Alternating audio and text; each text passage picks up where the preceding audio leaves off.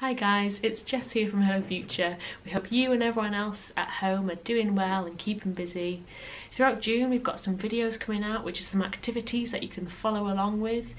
Each week's going to have a theme, and this week's theme is your future, which is obviously a very big topic with lots of possibilities, but hopefully we're going to be exploring how you can start to think about those next steps and what values you have for your future careers and future education options. So we're going to start with a question that I'd like you to answer in the comments below or ask the people at home, and that question is, what was your first childhood dream job?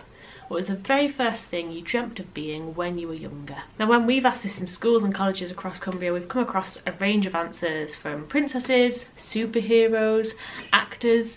We've even had someone who wanted to be an ambulance.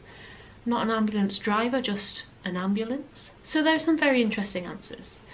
The next question I have is, what's your dream job now? So if money were no object and you could do absolutely anything in the world, what would your dream job be? Now, does that look any different to when you were younger? What about the people you asked at home? Are they doing something different now, or are they doing their childhood dream job?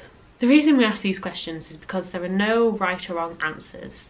Everyone has different ideas, and often when you're much younger you have one career goal in mind, and you might initially think it's just like that. You have one job in mind and so you go for that.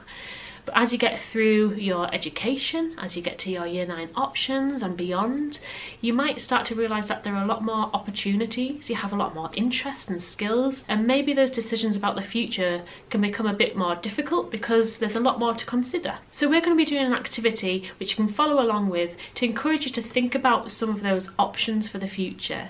So for this activity, you'll need a piece of A4 paper and some colouring pens. So you want to start by folding your paper into quarters, so fold it in half and then folding it half again, and that'll leave you with 4 sections like this. And all we're going to do for this activity is some simple writing and drawing, but I'm going to give you some prompts and some questions for each section. So for the first section, using words, images or doodles, write down to the answers to the questions we asked at the beginning. So what was your first childhood dream job? And what about now? What was that dream career that you could do if money were no object? Some additional ones could be, is there anyone who inspires you or who you look up to?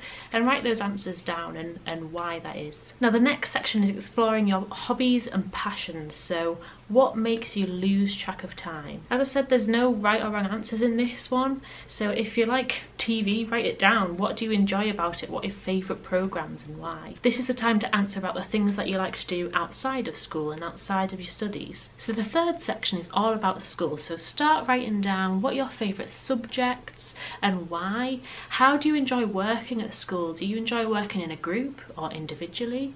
A good question to ask yourself is what your favourite school day of the week is. It might be your favourite day because of certain lessons or teachers or friends that you get to work with. Or it could be your favourite day because it's a Friday and it's nearly the end of the week. It's all about your values and what's important to you in school. So the fourth section is all about your skills and talents, and a good place to start with this is asking people at home or people close to you, what are you good at? They might highlight things that you didn't expect. What about in school? In lessons, are you someone who can confidently put their hand up and answer questions, or do you like working individually? And what about in your hobbies? What are you good at in your hobbies? In sports, for example, what kind of skills do you get from that sport?